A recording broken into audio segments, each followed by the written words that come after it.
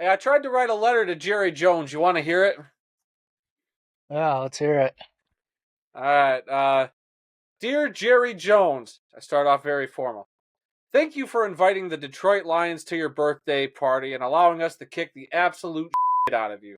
It was our pleasure, and we hope you had a great 80-second trip around the sun, which I can't say will be the same for the rest of your team because I'm sure you're going to fire them all during their bye week.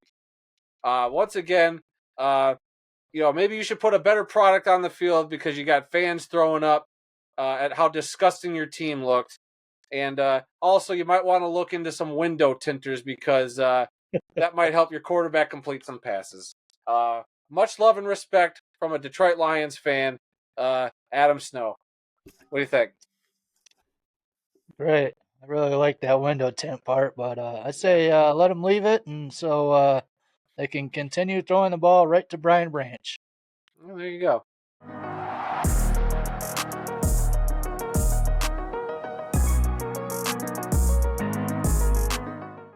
Hello, everyone, and welcome to episode 41 of Just Lying Around, Detroit Lions podcast presented by the World of Football. I'm your host, Kyle Sutherland, and I'm joined by my co-host and brother-in-law, Adam Snow. I don't know about you guys, but last night, after a gruesome injury, which we will talk about here, I got a little sick last night, so I'm not feeling 100%. But Adam, how are you feeling today? Oh, I'm feeling great. Other than we'll talk about the Hutch injury.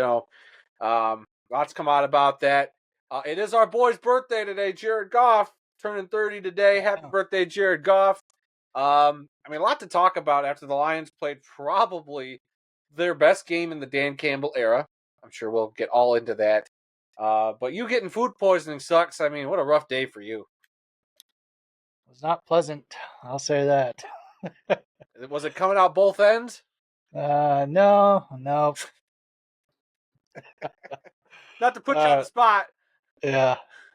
Okay, on today's show, we're going to go over the Lions' Week 6 massive win against the Dallas Cowgirls, then talk about some news and look ahead at Week 7 against the Minnesota Vikings. So we have Lions 47, Cowboys 9. First half, Lions, as we suspect all year, they come out firing hot, 27-6 by the half. We got a little worried maybe third quarter would show up, but not this game. They kept that foot on the gas pedal all the way to the floor and just decimated the Cowboys. So yeah, 47-9 at the end of the day. Check another team off that Dan Campbell revenge list from last season. So there go the Seahawks, there go the Cowboys. Now we got our sights on a few other teams along the way, and it feels pretty good to see a team that we've been wanting to put the pedal to the metal and just not let up. This is that game. This is what we have been wanting the entire year. Sure, they threw in a couple of trick plays I didn't need, but I'm so glad we got. But I'll let you take it away from there. All right, so some stats here. We have Lions, Jared Goff, 18-25, 315 yards, 3 touchdowns, 3 carries for 5 yards. Looked absolutely awesome. Sorry, not to interrupt you, but I just want to give Jared Goff looked absolutely awesome. Only took a couple sacks, but he had a perfect passer rating. Gave his game ball back to Dan Campbell after the game yesterday. What a dude, Jared Goff. Happy birthday, number 16. Yeah. He ended up with a 153.8 passer rating, so yeah, perfection. Perfect. We had Amon-Ra St. Brown. Last week he had the perfect, completion percentage and didn't get a perfect passer rating, which I think is absolutely silly. I think passer rating's stupid, but sorry, I will stop interrupting you. All right, we got Amon-Ra St. Brown, four receptions for 37 yards, 1 touchdown. Jameson Williams, 3 receptions for 76 yards, 1 touchdown, 1 carry for 11 yards. David Montgomery, 12 carries, 80 yards, 2 touchdowns with a 6.7 average per carry. Jahmyr Gibbs, 12 carries for 63 yards, 3 receptions, 28 yards, and a 5.2 average. Cowboys, Dak Prescott got benched the fourth quarter. So he had 17 of 33 for 178 yards and 2 interceptions. CeeDee Lamb, who you remember last year smoked us, but this game he had 7 receptions for 89 yards, and they brought back Ezekiel Elliott, who I think is massively overrated now that he's getting older, but he had 8 carries for 17 yards and 2.1 average per carry. So I don't know why they keep bringing him back, but Cowboys won't be the Cowboys.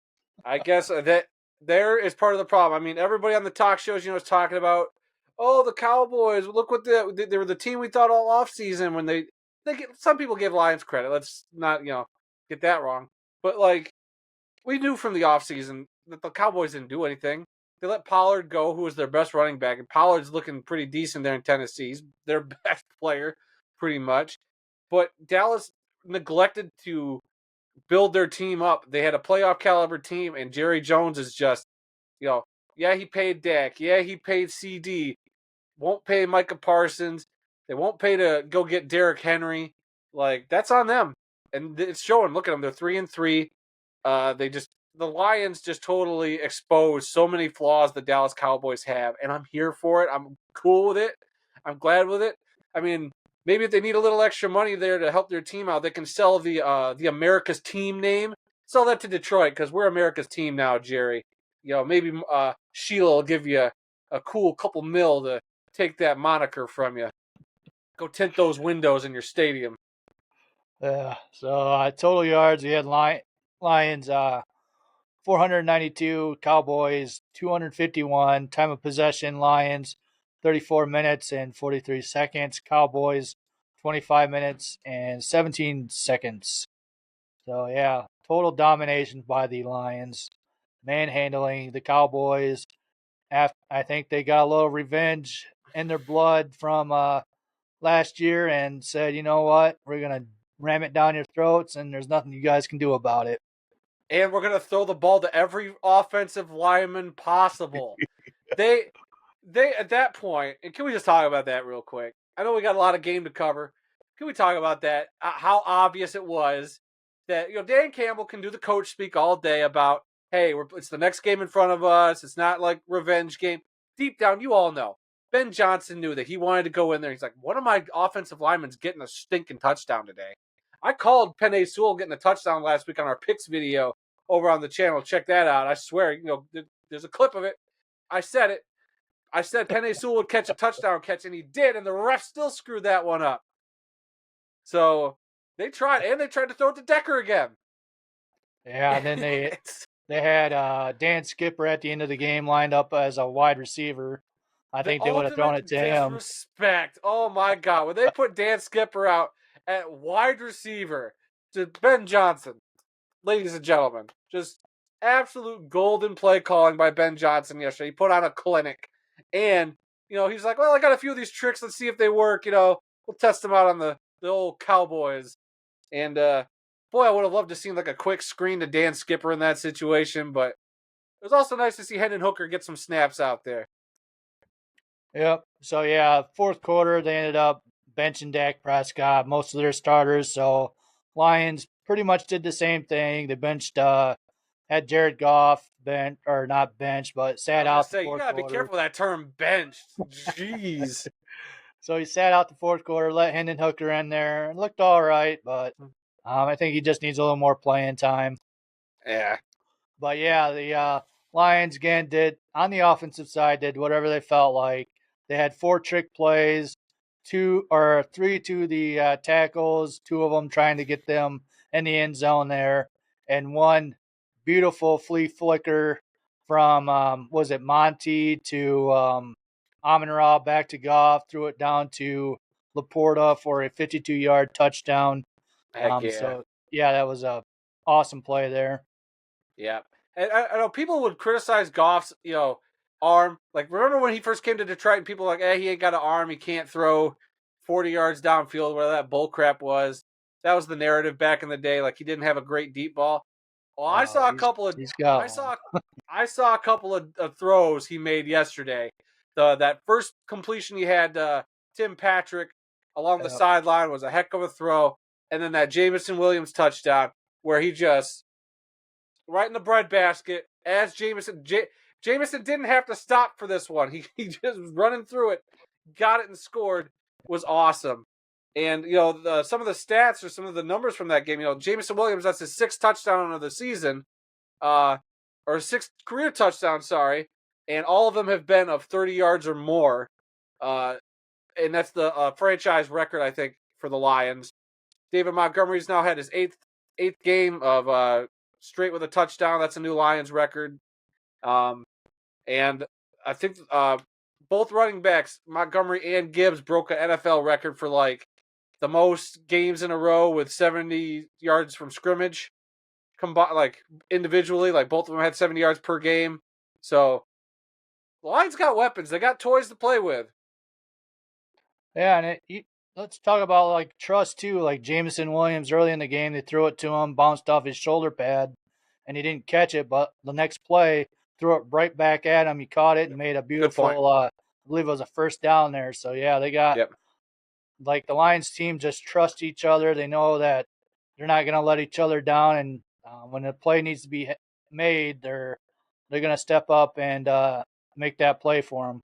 Unfazed. It's when Goff throws an interception. Unfazed. Yeah, hey, whoop, my bad. We're gonna go on when we get back out there, and we're just gonna, we're gonna pretend like it didn't even happen. We're gonna go out there and we're just gonna do the next play. The goal is to go down and score touchdowns and move the ball down the field, and they do that. They do that so well. Oh, bounced off your should have been right there, Jameson. All right, let's go right back to you. We trust you. We know it's a one play. It happens. We're just going to keep going, and that's the mentality of this team. That the angry running David Montgomery, who should get angry runs again this week. That was an absolutely incredible touchdown run he had for that angry run. Oh yeah. That is this team. This team, we'll make a 3-yard run that should have been a no gain. Look absolutely pretty. We'll grit it out, and we're going to get that 3 yards. You thought you had us, and we're going to get it. They're going to fight tooth and nail for every yard. That's this team. And you love to see it. Like I said, probably the most complete game of the Dan Campbell era. And they didn't punt. I don't know if you had that in the notes. They didn't punt this game at all. Absolutely awesome. And I'm like, well, why are we paying Jack Fox for if we don't need to punt? So because it's Jack Fox. It is Jack Fox. If you got to keep the best punter in the league on the sidelines, you do what you got to do.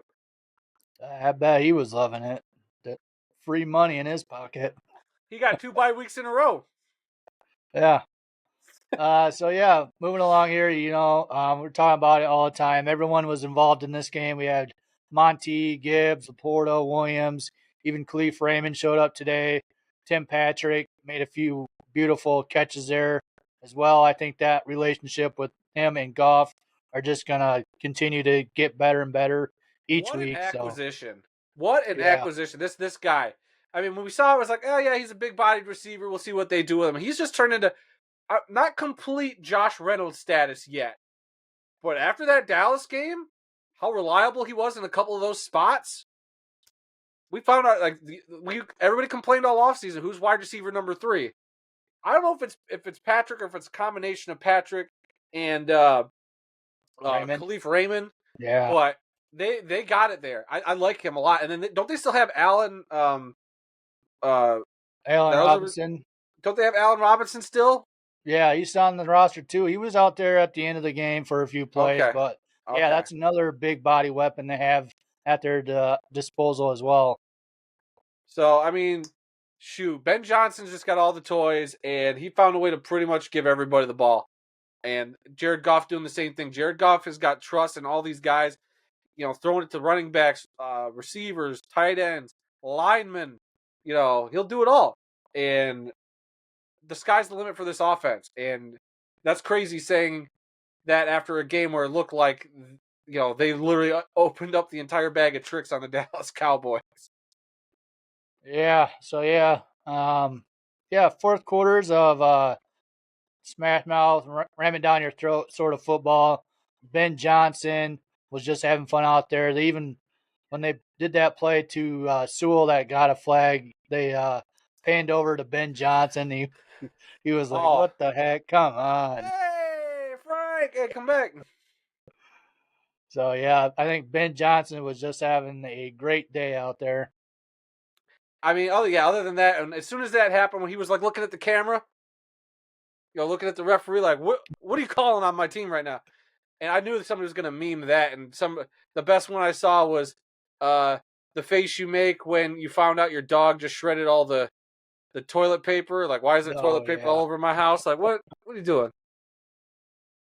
Yep. So let's move on to the defense here. They did an outstanding job today. They only allowed the Cowboys to yesterday to 3 field goals and allowing 3 of 13 third down efficiency for the Cowboys, 1 of 4 fourth down efficiencies. They caused 4 sacks, 2 punts. They had 2 fumbles and 3 interceptions. So that defensive side, they really stepped up during this game. And especially I want to talk about Brian Branch. Last game he was out. I didn't say it really hurt him, but when he was in this game today, you can definitely tell like he's another added big piece to this team. He had 2 interceptions. He had a punch out for a fumble. Yeah, like him and Kirby Joseph in the safety position, those guys are deadly. So yeah. I mean, probably the best defensive game Aaron Glenn's been able to put together. Also, I mean, absolutely incredible. After everybody kind of was dogging him the last game against the Seahawks about all the pass interference calls. The refs seem to finally let him play. It's like the refs got the note, like, hey, let him play, because I thought the coverage was practically outstanding early on. CeeDee Lamb's going to get his catches. What was he again? He had 7 receptions for 89 yards. Wow. I mean, he's going to get his usually. I figured he'd probably still get over 100 yards receiving, maybe a touchdown catch. But the fact he couldn't even get into triple digits, the fact that he didn't even get a touchdown, that we didn't let that offense score a touchdown. Dak is capable of making those throws, but they contained. They did not let, they let him move down the field at a couple points, but they did the important thing, and they stood tall in the red zone, and they held him to 3 field goals, which could have easily been 3 touchdowns. But I mean, not that if the Lions would have still done what they did, it wouldn't have mattered anyway. But the fact that defense did that and you prevent touchdowns is huge. And fairly clean. Like I said, not a lot of penalties in this game. I mean, Branch had that one holding call on a play that kind of kept a drive going. But, I mean, luckily the flags went down. But it did look like they were letting these guys just, if the offense is getting their hands on them, they're letting the defenders get their hands back and they're letting them play. The only really good call that the refs made, I thought, that I agreed with against the Lions was that Jahmyr Gibbs offensive pass interference play. That one I agreed with 100%. I'm like, all right, I'll let that slide. That's a good call. But the only one I didn't disagree with, the big one I didn't disagree with, was the play where Penei Sewell should have scored a touchdown. Yeah, I don't know if they should have called that, because it was Frank Ragnow. He's like a 1 yard past the line, or 2 yards past the line, and you can only be 1 yard. So yeah, it's kind of ticky tacky. I mean, if you're up by that much, just let it go. Like, come on. Lions are having rules is fun. rules, but I thought that the ball was where it should have been, so they didn't have to call that play. So whatever. Yeah. Anyways, McNeil had 2 sacks, and Hutchinson and Nowoski had 1 apiece. Yeah, like we're saying, defensive backs played a lot better today. I think there was a couple calls against them, but nothing like last week or 2 weeks ago when they played the Seahawks. So they let them play there. We even got to saw Rakestraw out there at the end, and kind of when Carlton Davis got hurt by the foot to the face from Rodrigo there. Man, he got his helmet ripped off. Woof, what a play that was. Good Lord.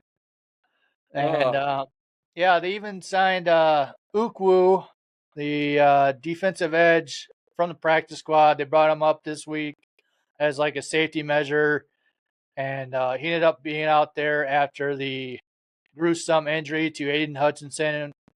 Let's go ahead and just jump into that right now. Really sucked third quarter. Lions just got done scoring a touchdown to Goff to Jameson Williams. Hutchinson went out there, looked like he got a beautiful sack on Dak Prescott. And after that, my heart kind of stopped, and I couldn't believe what I was seeing because he took his glove off and he wasn't moving. And I was like, oh, no, no, no. Yeah, So, that. yeah, ended up he broke his leg, tibula and fibula on his lower part of his leg there. Sounds like he's probably going to be out for the rest of the season. And Yeah. I know some reports are out there that, if the Lions do get to the Super Bowl and if they keep playing like this, there's probably a good chance they will. But he might be able to play during that, but I highly doubt it. I don't think Dan Campbell and all of them are going to rush him to get him back on the field, let him heal up. Yeah. And so I thought about you as soon as it happened. I know he's your guy, obviously with the hat and the jersey right there, but it sucks. I hear your cat's also upset about it too. yeah, Frank, they were there Frank, together watching the game. yeah, I'm sure they're bummed out. But I mean, it sucks. You hate to see it. The guy was production in a bottle. He was the motor and the heart and soul of that team. He'll be missed, but it's not. Oh no, our Super Bowl hopes are dead because of this. Unfortunately for the Lions, I think the Lions got enough depth. I'm pretty sure Brad Holmes is maybe making some phone calls. And let's just get it out of the way. They're not going for Max Crosby, everybody. They're not going to do it. So stop with that nonsense. The Lions are not going to do that. They'll probably find somebody who's very Brad Holmes-ish, get him for a second or third round pick, or third or fourth round pick, and it's going to make viable sense for the Lions. They're not going to mortgage their future on a guy, and then they have to pay him too. So let's just get out of the way. It's going to be somebody we probably aren't even thinking about, that Brad Holmes has had his eye on, and I trust Brad Holmes, whatever we have to do. If they trust the depth of this team, I'm fine with it. If they feel like they got to go out and get a guy, I'm fine with it. So we'll see what happens. I thought that defensive line still played pretty good, even without Hutch in there. So this just is time for Aleem McNeil to step up. It's time for some of those practice squad guys to step up. It's time for James Houston to finally get his act together and get in there. He ain't going to be out cut there. him. Otherwise, get rid of him. James Houston, what are you doing, dude? You were so awesome a couple years ago. What happened? He broke his leg. I don't think he's ever going to be the same. But yeah, talking about Brad Holmes, maybe looking out for another piece of that defensive end position. Right now, they do have Pascal, McNeil, Anzarike, Reeder, Wingo. They just elevated Ukwu. I suspect they'll probably elevate him more and probably end up on the 53-man roster. We even saw Nowalski out there playing defensive end. So, I mean, there's options. I expect in the next couple of games, you're going to see how the defensive line is doing before they make an actual move to maybe get someone. But yeah, like you were saying, Max Crosby, he's not coming to Detroit. They're not going to give up multiple first-round picks. They're also probably going to wait to see like these other teams that maybe have people available. If they lose a couple more games, are they going to do a fire sale? Can they get a guy cheap? We'll have to wait and see on that. Yeah. I think for right now, the plan is in-house. I'm sure Brad Holmes is doing his due diligence as a general manager and at least putting feelers out there, making the phone calls and, just getting his stuff straight. Like, all right, what would it take if we were to hypothetically pull the trigger on some stuff? But yeah, Brad Holmes has never been the splash at the deadline guy, other than getting rid of Hawkinson. It's not really his style, so I'm definitely not terribly worried about that. Yeah, and I wonder if they do actually make a play, if they'll throw in James Houston as a trade piece as well, because it's pretty big deal when they elevate Ukwu off the practice squad and they have James Houston as an inactive on the roster there for this game. So yeah, I don't think the Detroit Lions coaching staff has much high hopes for James Houston right now. So either he's got to step it up in practice, or yeah, he might be a trade piece going to a different team here. Yeah. I agree with you. Yeah. So, the defense, they shut down the rush game. They only allowed 53 yards for the Cowboys. So, yeah, that rushing defense side on the Lions did their part, making Dak throw into the blinding sun for Brian Branch to catch the ball there. But yeah, a few notes of this for this game. We already talked about it. Brian Branch being a big playmaker on the field when he's there. It showed this week versus last week how that defense kind of played. And I suspect Brian Branch to if he keeps up the way he's playing, he will no doubt be a Pro Bowl or even maybe a All Pro for this season. So you just gotta stay healthy. Don't go for any crazy helmet tackles, getting concussions or anything like that, and it'll be good to go. And so we already talked a little about it. We had two game balls given out. One to Brian Branch. Dan Campbell talked about it in the locker room video that came out. Like, I guess Brian Branch was asking to break down the huddle or whatever, and Dan Campbell said, if you get 2 interceptions, you can do it all the time. And Brian Branch delivered, so he got a game ball. And then another one to Goff, he got a game ball as well. And Goff ended up giving the game ball back to Campbell, calling him the rock of this football team. And ended up on that video, Campbell breaking down the huddle with a kick ass on 3. So, yeah, I think Dan Campbell was very dang proud of this team and the way they played this game. Absolutely incredible for a guy who was a shift manager at Applebee's recently, and now he's getting game balls from Jared Goff. What a story for Mr. Campbell there. Yep. And then also I want to point out a lot of chanting during that game. I don't know if you guys heard it or what, but we heard it. I heard a lot of "Let's Go Lions" and Jared Goff chants throughout the game. So yeah, again, the Lions do travel for this team, and I bet that even ticked off Jerry Jones a little bit, along with that massive blowout there. Right, and did you see the post by the AT&T Stadium Twitter account? Where they posted a picture of the attendance in the stadium, and it said like 92,000 whatever people were there. Oh yeah. But they blurred out the score of the game on the video board, and even the Lions social media team. Which hats off to you, Lions social media team, for doing the whole like, why is that blurred out? I love it. It's fantastic. Well, didn't they do that to the other team that blew them out as well? They kind of, I don't know. I think it was the Seahawks Saints game? or someone that blew them out or whatever.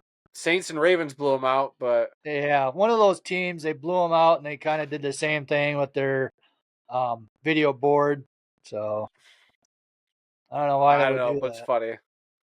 Hey, just take it and run with it. I mean, shoot. I think blurring it out makes it worse. Yeah. So some quick news here. Montgomery got a 2-year extension worth $18.25 million with the Lions through the year 2027 season. So that'll be a good piece for Montgomery and Gibbs. I think by that time, I think Gibbs will be, year 3 now or year 4? Yeah, probably. By the time his extension ends. Probably, yeah. Something like that. So, yeah, Sonic and Knuckles are back together for the next 3 years. So, yeah, good deal. You got to love it. That I didn't expect this extension. I mean, we already had him under contract for 3 years, but clearly the Lions have a window in mind. A lot of these guys' contracts are going up until at the least 2027, a bunch of the core members of this team. So you love to see it. They got a plan.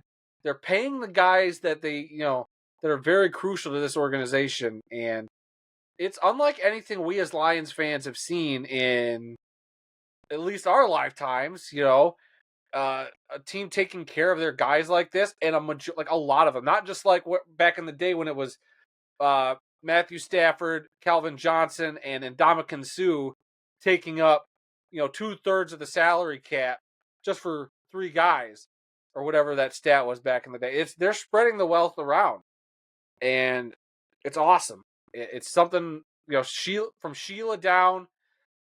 This organization has just leaps and bounds gotten better over the years, and player relations, and just putting product on the field, and just knowing what the heck they're doing, and it's showing that they've been gone from the laughing stock organization front office to something that 31 other teams are looking at and going, that's how you do it. That's how you run a team. Yeah. Yep. So what a time to be alive, Kyle, for the Honolulu Blue Faithful. Yeah, and I suspect the next extension coming around, if Ali McNeil does shows out this season, I suspect he's going to be another big name extension they're going to probably do over the off season. And what an opportunity! Unfortunately, with Hutchinson going down, this is his time to shine. This is his time to prove, because his name kind of gets lost in that shuffle with Hutchinson down there. But Ali McNeil's been an absolute stud. If you look at some of his numbers and his PFF grades, if you take that seriously, I can take or leave sometimes. But he's a quality player that has been, for the most part, unless you're Peter Schrager, has been underappreciated, I think, by a lot of the mainstream media, and maybe even by some Lions fans. Not a lot of you. I'm just saying, he's not the big name when you talk Lions defense. Yeah, let's I see. See you wearing an Ali McNeil jersey, anybody? Just saying. Yeah, like you said, now that Hutchinson's out, it's his time to shine, along with Levi Onwuzurike as well, another big guy up front. So I know a few sacks. He was in there making plays. So hopefully he can stay healthy as well, and maybe get another contract extension, because I think this year might be his last year with the Lions. So okay, we'll have to see what they do about him.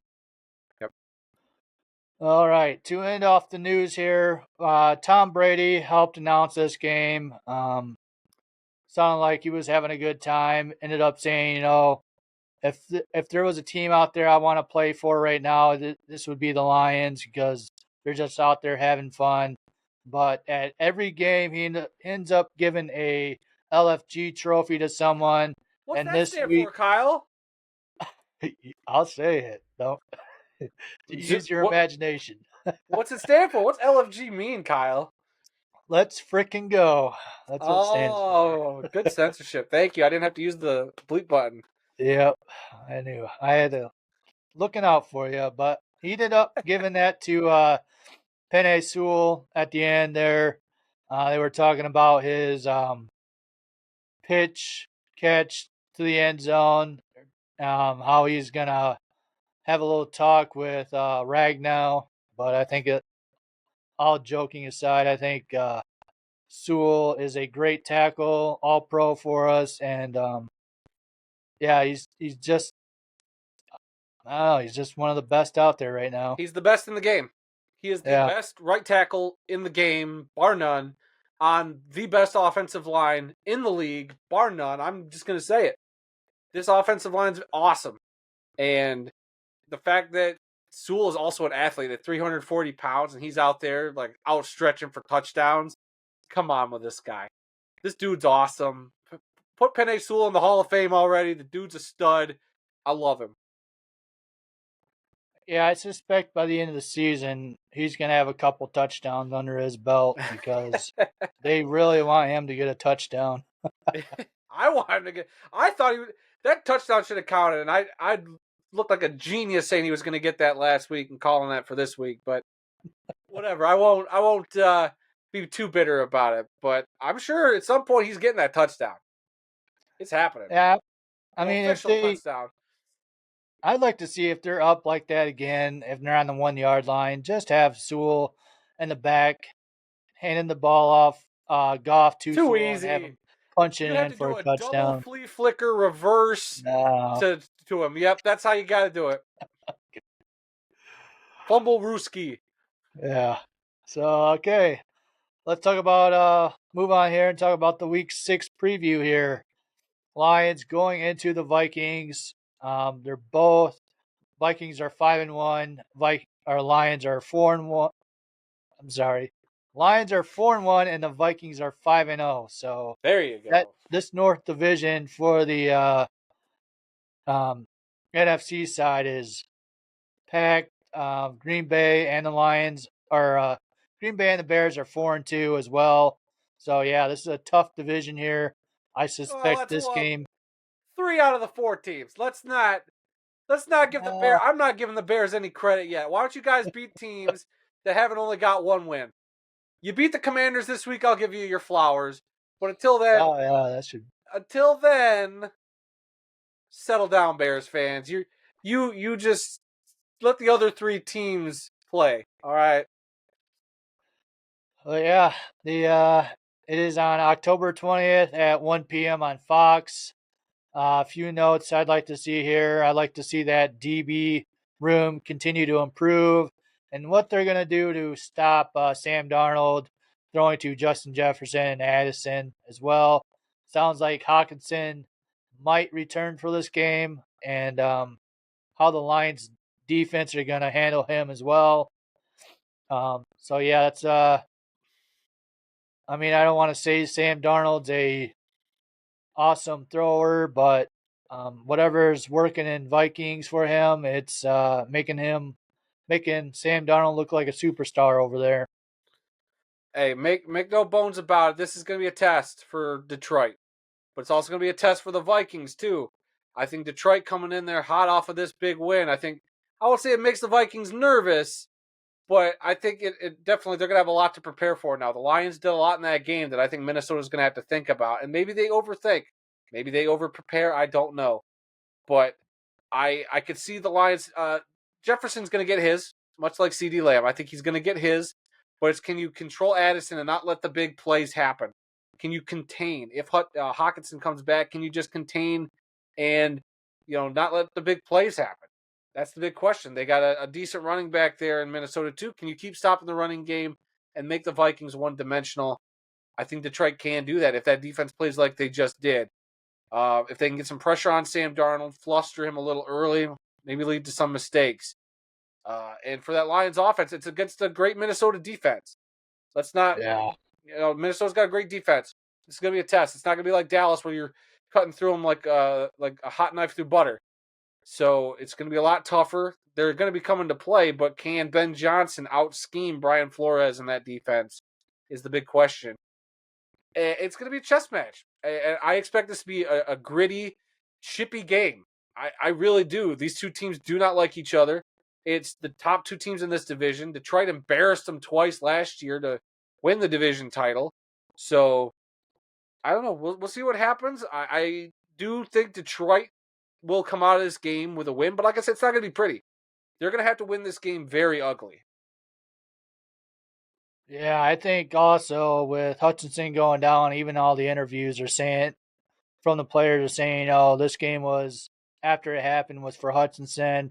We're going to carry this into the playoffs, maybe hopefully for the Super Bowl. So I think with that added energy for the Lions, they're going to be coming out red hot, slamming tackles left and right.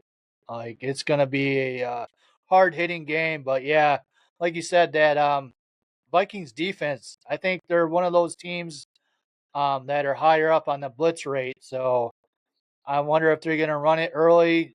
Hopefully, Montgomery and Gibbs can make a lot of running plays for a lot of yards to kind of cool off the blitzing from the Vikings and kind of open that window up for Goff to connect to those wide receivers and tight ends out there. Yeah, it'll be interesting. Like, I think the Lions just got to come out and punch him in the mouth, tell him, hey, you try to blitz. We got guys we can dump it off to real quick. You want to blitz us? All right, Goff's just going to throw a stinking dot down the field to Jameson Williams, and we're going to get you that way. There's a lot they got to defend for. There's a lot the Lions will also have to defend for on the opposite side. But, regardless, even if Detroit loses this game, this is going to be a heck of a game. And, yeah. I mean, you don't want to lose a divisional game for sure. But I think where the Lions are at right now, I think they're going to be fine. Yep. All right. I kind of have a feeling St. Brown's going to have a big game there in this one here. Quick outs to St. Brown. He'll definitely be called upon a lot. If they're blitzing, he's going to be one of those guys. Him and Tim Patrick, I expect would have big games. Tim Patrick's a big body dude. He's gonna have to take some hits, I think, this week. And then Hawkinson, I think, might have a bigger game, more than one catch. So that's how I see that going. You mean Laporta? What did I say? Hawkinson. Oh yeah, Hawkinson might get his catches too if he comes back. But our tight end, Sam Laporta, it's going to be a big game for him. Yep. So yeah, you got anything else you want to add? Not really. Other than get well, Hutch. Kyle's probably gonna, donate to every charity or cult that he can to figure out how to magically bring you back to playing this year. I'll cut off my leg if he needs to have it. I'll do it in a heartbeat. I mean, I'll come over, use one of your katanas for you. It's just clean, right there at the bone. I'll help you out. We'll mail it to him. Yeah, well, he might not run the same, but hey, I was there gonna if say he that. needs it. Well, hold on. Why don't you start getting some meat on them bones, then send it to him, you little chicken leg. Okay, let's go ahead and close it out here. All right, guys. Thank you so much for watching. We hope you enjoyed listening to today's show or watching today's show, however you chose to do that. Be sure to visit the World of Football's website, www.theworldoffootball.com, for news, links, upcoming events, original articles, videos, and more. If you want to get in touch with us, send us an email to info@theworldoffootball.com, or you can connect with us by either liking the World of Football on one of our major social media platforms, that being Instagram, X, Facebook. Find us there. All those are at TWOF Kalamazoo and can be found down in the description below. Also, check out our weekly show, This Week in the World of Football, that Randy and I do every week, talking about everything that happens in the world of football. Actually, Dad will be off after this week, so Kyle will be filling in on the 22nd with me. So we'll have a special episode about that. Yeah, Kyle, I sent you a message. You never responded. Save it on your calendar. October 22nd, Kyle and I are going to ruin that podcast too. So be sure to check that out. Those episodes drop every Tuesday. You can find that in this very podcast feed that you found this podcast, or this very YouTube channel that you are watching currently. So again, links down in the description below. Happy birthday, Jared Goff. Yep. All right. That's it for this week. Losing Aiden Hutchinson really sucks. I hope he gets better quickly. Don't rush it, though. And if you're a Lions fan, now's not the time to panic. No. Brad Holmes, Dan Campbell, they have the pieces in place to help alleviate some pressure for the other guys out there. So, yeah, big game next week, Lions versus Vikings. Lions hopefully come out with a win. They should come out with a win. And it's going to look nice for the Lions to be on top of the NFC North. So, yeah, go Lions. Go Lions.